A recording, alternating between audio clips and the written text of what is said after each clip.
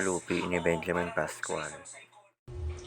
Isang araw, lumabas si Aling Marta at tumungo sa pamilihan upang bumili ng garbanzos dahil paborito ito ng kanyang anak na magtatapos ng high school sa araw na iyon. Pagkapasok niya sa pamilihan, siya ay nabangga ng isang batang lalaki na nakasuot ng maruming maong at punit na kamiseta. Pinagalitan ni Aling Marta ang bata at tumungo kay Aling Godiang upang mamili. Dumukot sa bulsa si Aling Marta ngunit wala ang kanyang kalupi. Naalala niya ang batang bumangga sa kanya at agad na hinabol ito sapagkat ito ay hindi pa nakakalayo. Inakusahan niya ang bata at tumawag pa ng pulis, ngunit wala sa bata ang nawawalang kalupi.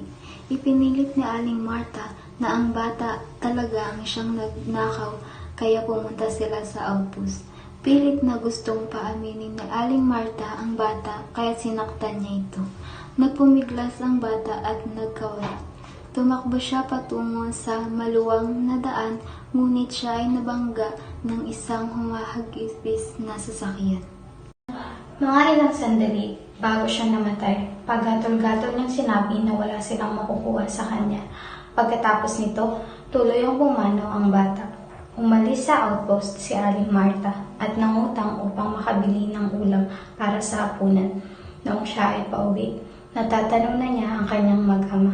Nagtatakang nagtanong ang kanyang anak kung saan niya nabili ang ulam. Nagsinungaling si Aling Marta at sinabi na ginamit niya ang pera mula sa kanyang pitaka. Sinabi ng kanyang asawa na naiwan niya ang kanyang pitaka at nawalan siya ng malay habang paakyat ng hagdan.